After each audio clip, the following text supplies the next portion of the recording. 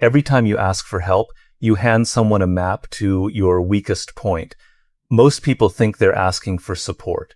What they're actually doing is publishing a document, a location, a coordinate, a soft place on the body of their reputation, and somewhere someone is filing it away, not out of cruelty, out of instinct, because that is what power does with information. It stores it, it dates it, it cross-references it against everything else it already knows about you, and it waits for the moment that information becomes useful. You were taught that vulnerability builds trust. Nobody taught you what it costs. Nobody sat you down and explained that every room you walk into is running its own quiet accounting of you, of your reliability, your ceiling, your breaking point, and that the moment you hand over your weakest fact for free, that room now owns a piece of your future you didn't know you were spending. This is not a lecture on becoming cold. It would be easy and cheap to end here with a simple instruction to trust no one and reveal nothing. That is not the law, and it is not the point. This is a lecture on becoming accurate. Accurate about people. Accurate about rooms. Accurate about the true, unadvertised price of the sentence, "I need help," so that you can spend it deliberately instead of giving it away by reflex. Here is the version of the world you were sold. Speak up. Reach out. There is no shame in asking. Therapists say it. Friends say it. The self-help aisle says it in 11 different fonts, on 11 different colored covers, all promising the same relief. Say the true thing out loud, and the weight will lift, and the room will hold you. On the surface, none of it is wrong. Connection is real. Support is real. No one climbs alone, not really, not for long. And the people who insist otherwise usually collapse quietly somewhere no one is watching. But there is a difference most people spend their entire lives failing to draw, between a room that has earned your disclosure and a room that merely resembles one that has. The naive operator treats every audience as interchangeable, as though sincerity in the listener is the only variable that matters. They confuse any room with the right room, and they perform their struggle in spaces built for something else entirely. A boardroom, a group chat, a family dinner, where everyone at the table is quietly keeping score on everyone else, even the ones who love each other and would swear under oath that they don't. Watch how it actually plays out, because the pattern repeats with almost mechanical regularity. Someone admits, in a moment of exhaustion, that they've been drowning. Missed deadlines, sleepless nights, a marriage coming apart at the seams behind a closed door. In the room, in that instant, there is warmth. Nodding, a hand on a shoulder. Someone says exactly the right thing, and means it. And then the room empties, and the fact doesn't leave with everyone else.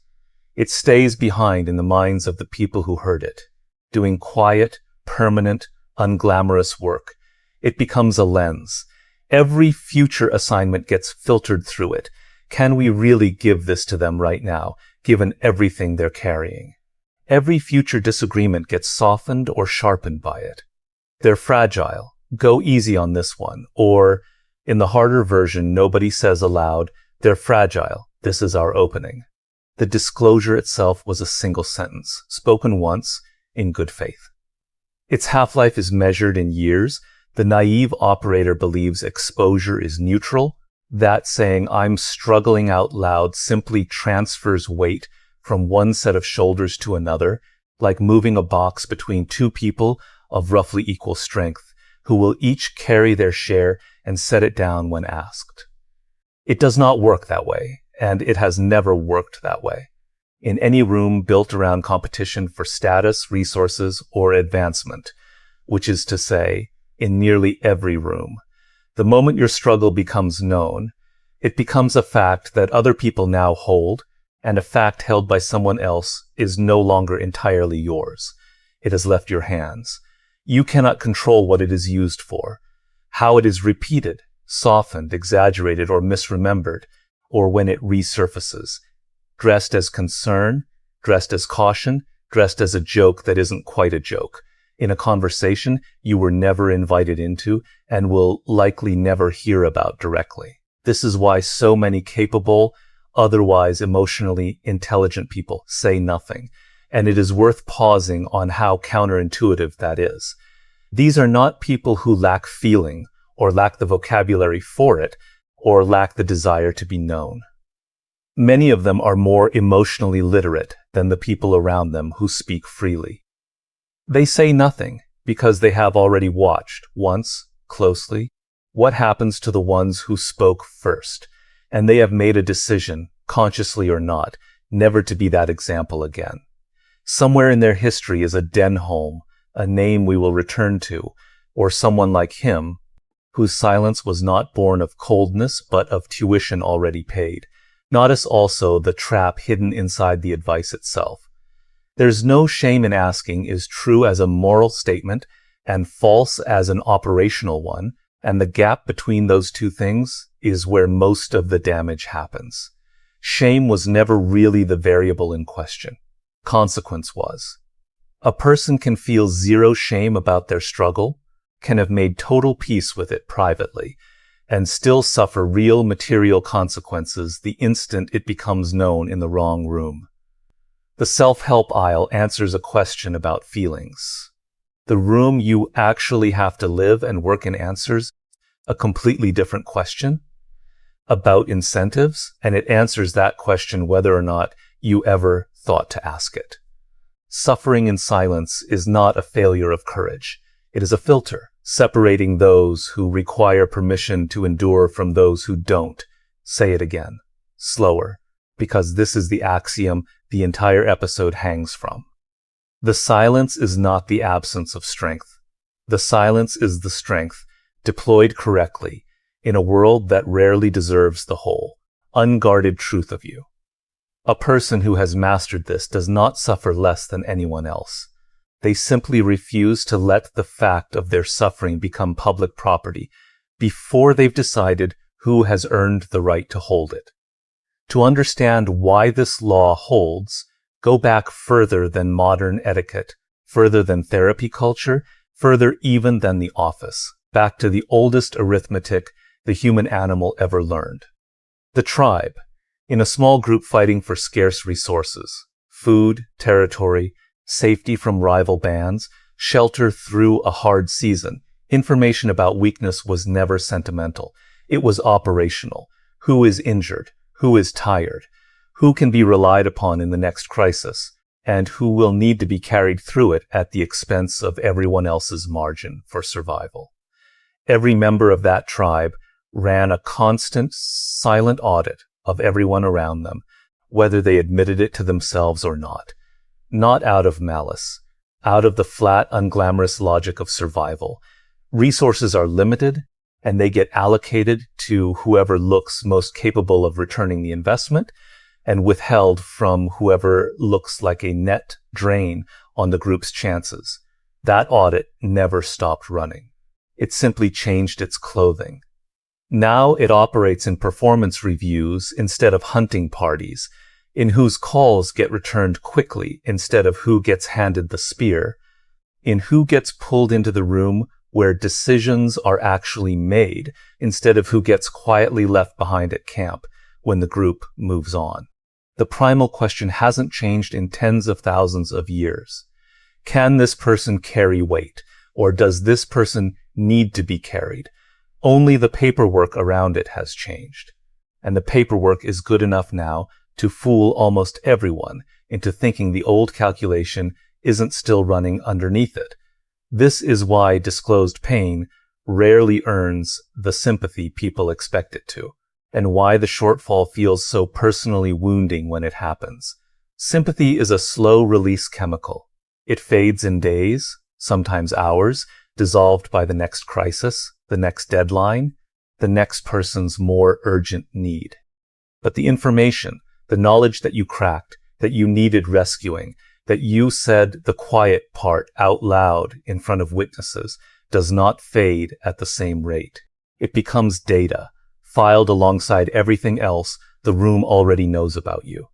And data, once collected, gets used whenever it becomes convenient for the person holding it. Not maliciously, usually, just efficiently. That is what information is for. In the oldest operating system the human brain runs, an operating system that predates language, predates agriculture, predates every polite modern fiction we've built on top of it. There is a second machine running underneath the first, and it belongs less to biology than to economics, though the two were never as separate as we like to pretend, since economics is itself just tribal arithmetic wearing a suit. Every relationship operates as a market, and every disclosure is a transaction in that market. When you tell someone your weakness, you are not simply sharing information. You are extending them credit. You are betting that they will hold what you've given them responsibly, that they will not spend it somewhere you didn't authorize, that they will service the loan of your trust the way a good creditor should. Most people extend this credit constantly, without underwriting it, without checking the other party's history of repayment on smaller loans first. They confuse proximity. A coworker, a new friend, a relative seen twice a year at a holiday table with creditworthiness, and they are shocked every single time when the debt goes unpaid and the information resurfaces somewhere it was never meant to travel. Here is the part almost no one says out loud, because it sounds harsher than it's meant to. Most people are not equipped to hold someone else's disclosed weakness safely, even when they love the person who gave it to them. Not because they are malicious, because holding sensitive information responsibly is a skill, like carrying a full glass across a crowded room without spilling it, and most people were never trained to do it, and have never had reason to practice. They gossip not from cruelty, but from the simple, very human pleasure of being the one who knows something, of trading a piece of interesting information for a moment of social currency in some other conversation entirely. They soften their treatment of you not from calculation, but from an unconscious, well-meaning instinct to protect someone they now perceive as fragile. An instinct that, in practice, quietly strips you of opportunities, responsibilities, and hard-won respect, one small, well-intentioned kindness at a time, until you look up a year later and can't quite explain why certain doors have gone quiet. This is the second reason silence is not cowardice. It is underwriting. It is refusing to extend credit to a market that has given you no evidence it can repay the loan, and recognizing that most of the rooms you occupy every day were never built, structurally, to repay it, no matter how much genuine warmth the people in them feel toward you. There is a third piece to this machine, quieter than the first two, and it concerns how differently the discloser and the listener remember the same event. To you, the moment of disclosure is enormous. It is the culmination of weeks or months of private struggle, the moment you finally said the thing you'd been carrying alone. You remember the courage it took. You remember the relief afterward. You remember often very little else about that conversation, because you were consumed by the act of saying it. To the listener, the moment is smaller and stranger in a way you rarely account for. They were not carrying what you were carrying. They received a fact, processed it in the context of their own concerns that day, responded with whatever warmth they had available in that moment, and moved on to the rest of their life within the hour. What lingers for them is not the emotional weight you felt. They never held that weight to begin with, but the plain, flat fact itself. This person struggles with this. That fact gets filed without the emotional context that made it meaningful to you, and it gets retrieved later, equally without that context, as a simple data point about your capacity. This asymmetry is not cruelty. It is simply how memory works when the same event happens to two people carrying entirely different loads. understanding it is the difference between resenting people for forgetting your courage and understanding clearly exactly what they kept instead. And the asymmetry compounds over time, which is the part that catches most people off guard years later. Each time the fact gets retrieved, in a planning meeting, in a private conversation about who should lead what, in a passing comment meant kindly, it gets slightly reflattened, slightly stripped of whatever nuance survived the first telling. The version of your struggle that circulates in year 3 bears almost no resemblance to the version you actually lived through. It has been simplified into a label because labels are what memory retrieves efficiently under pressure. And nuance is the first casualty of efficiency. You are not fighting a single misunderstanding when you disclose in the wrong room. You are setting a label in motion that will keep simplifying itself without your input for as long as anyone in that room remains in a position to retrieve it. There was a regional manager, call him Denholm, who ran the logistics arm of a mid-sized freight company through a year that should have broken him. His wife had left in February with the kind of finality that leaves no room for negotiation, no reconciliation to hope for quietly in the background. His father died in June after a decline that had been visible for a year and devastating for exactly none of the reasons anyone expected. Not the death itself, which had been coming a long time, but the specific, mundane cruelty of the paperwork, the calls, the settling of a life into boxes. By August, Denholm was running the entire regional operation on 4 hours of sleep and black coffee, holding everything together with what looked, from the outside, like effortless calm, the kind people admired and occasionally resented him for, assuming it came easily. At the quarterly review, a younger colleague, earnest, well-meaning, recently trained in a workshop about authentic leadership, stood during an open forum and told the room she'd been struggling with anxiety for months and hadn't known how to say it out loud until now. The room applauded, genuinely. People meant it.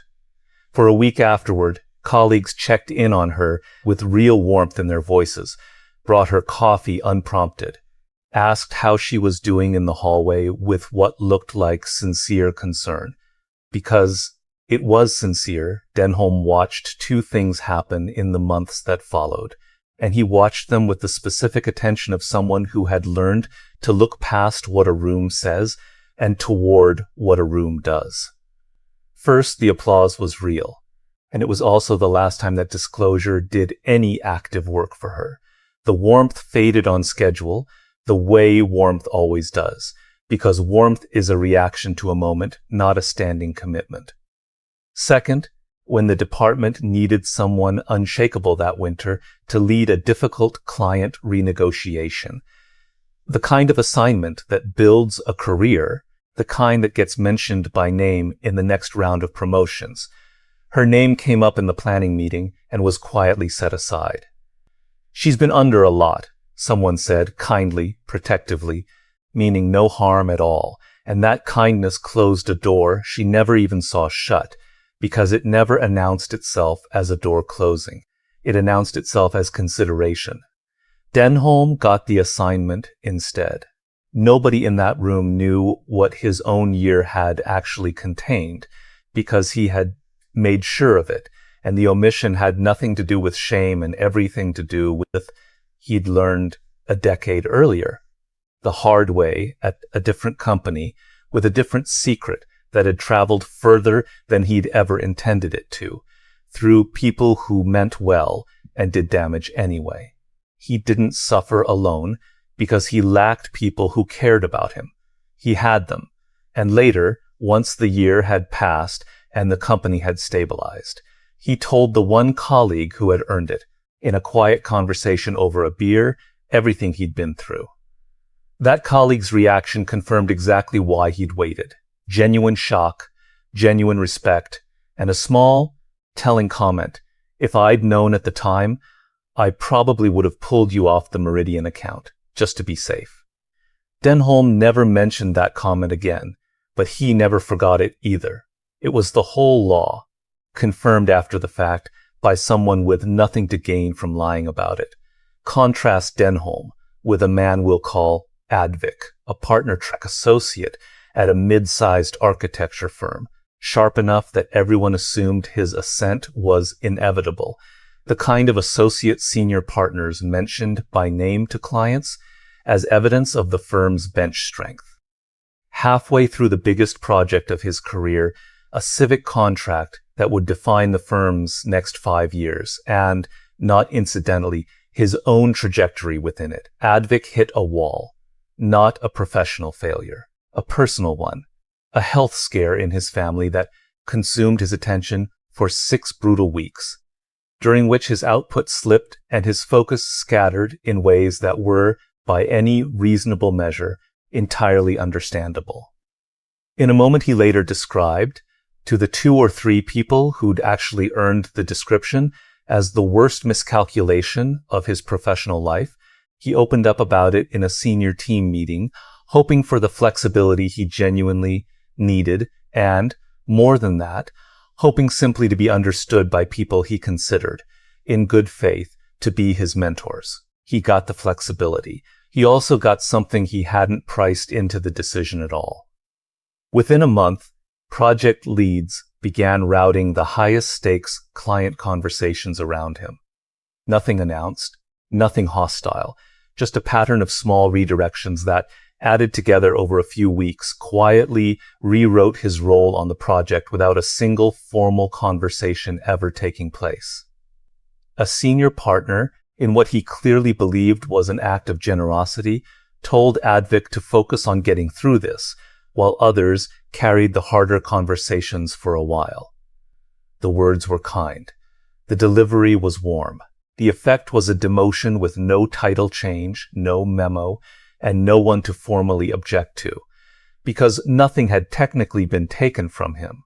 It had simply stopped being offered, in the specific, deniable way that opportunities always stop being offered to people. The room has quietly recategorized.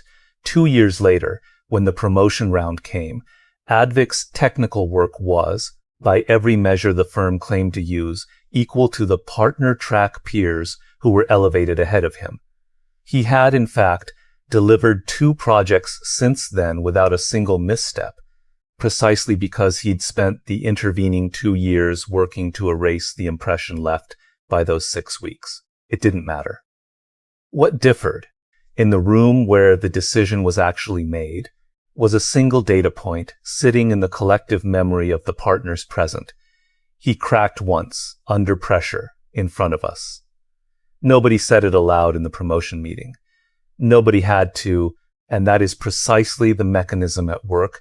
The fact didn't need to be spoken to do its job. It had already done its work quietly, over 2 years, the way this kind of information always does, filed away and retrieved without ceremony at exactly the moment it mattered most. Advik was not punished for weakness. Everyone in that room had weaknesses of their own, plenty of them, some far more damaging than a difficult 6 weeks during a family emergency.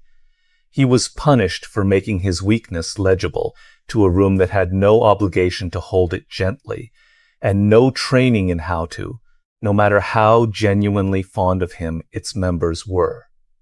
Denholm ran a harder year and lost nothing professionally because he understood something Advik hadn't yet learned at the time.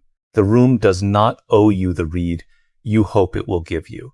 It will give you the read that serves it, and then it will believe sincerely that the read was compassion. Stop treating every relationship as a confessional. Not everyone who says, "You can talk to me," has earned the right to know what breaks you. And their sincerity in saying it changes nothing about what they'll do, consciously or not, with what you hand them. Sincerity and safety are not the same quality, and confusing them is the single most common error in this entire domain. Build a short list. 2 people, maybe 3, across your entire life, who have proven, over years, under real pressure, not just in comfortable conversation over dinner, that your disclosures don't leak, don't get repurposed, don't quietly recalibrate how they treat you the moment they know your weak points. This is not a list you assemble by feeling. It is a list you assemble by evidence, gathered the same patient way you'd gather evidence for any other high-stakes decision. Test before you trust, deliberately and in stages. Give a small truth first, not the largest one, not the one that would devastate you if mishandled, but something real enough to matter, specific enough to be traceable if it travels somewhere it shouldn't. Then watch. Without announcing that you're watching, what happens to it over the following weeks? Does it come back to you secondhand in a form you didn't authorize? Does the person's treatment of you shift in some small, telling way? Extra caution? A subtle change in what they're willing to ask of you? A joke at your expense that references it? Does it surface, months later, in a context you never sanctioned? Only widen the circle when the smaller truth survives, fully intact, untouched, unused, exactly as you gave it, everywhere else, which is to say, in the overwhelming majority of rooms you will occupy across your life. Do the harder, quieter work first. Solve what can be solved in private on your own time with your own resources before you ever bring it to a room that hasn't earned the map. Arrive already composed, not because you are pretending nothing happened, but because you have decided the room does not get to watch you assemble yourself back into a functioning person in real time. Let people see the result of your discipline, never the process of your unraveling. This is not dishonesty. It is sequencing, and sequencing is a skill you build the same deliberate way you'd build any other, through repetition and correction, not through a single act of will. When you do finally speak, to the one or two people who have earned it, speak plainly. Do not perform the pain for effect. Do not dress it up for maximum sympathy, because performance is what invites an audience, and an audience is exactly what you were trying to avoid in the first place. State the fact. Ask for the specific thing you actually need, not a vague invitation for someone to fix an unspecified problem. Let the moment be small, private, and functional, because that specificity, more than anything else, is what makes it safe. And build in parallel the one resource that renders all of this less necessary over time: capacity. Widen your own margin, financial, physical, emotional, so that fewer situations force you into the binary choice between silent suffering and risky disclosure. This is not a suggestion to isolate yourself permanently, and it is not an argument against real intimacy with the people who've earned it. It is a suggestion to make your need for rescue rare enough that, when it finally happens, in front of the one or two people who've earned the map, it reads as exactly what it is. A genuine exception, not a pattern the room has already quietly priced into its opinion of you. Before any of this, learn to read a room before you ever hand it anything. Watch how a room treats other people's disclosed weaknesses before you consider handing it your own. This is the cheapest, safest data you will ever get, because it costs you nothing. Does a colleague's admitted mistake get referenced supportively in the future, or does it quietly follow them into every subsequent conversation as a liability? Does a friend's confided fear get treated with continued respect, or does it slowly change the weight given to that friend's opinions?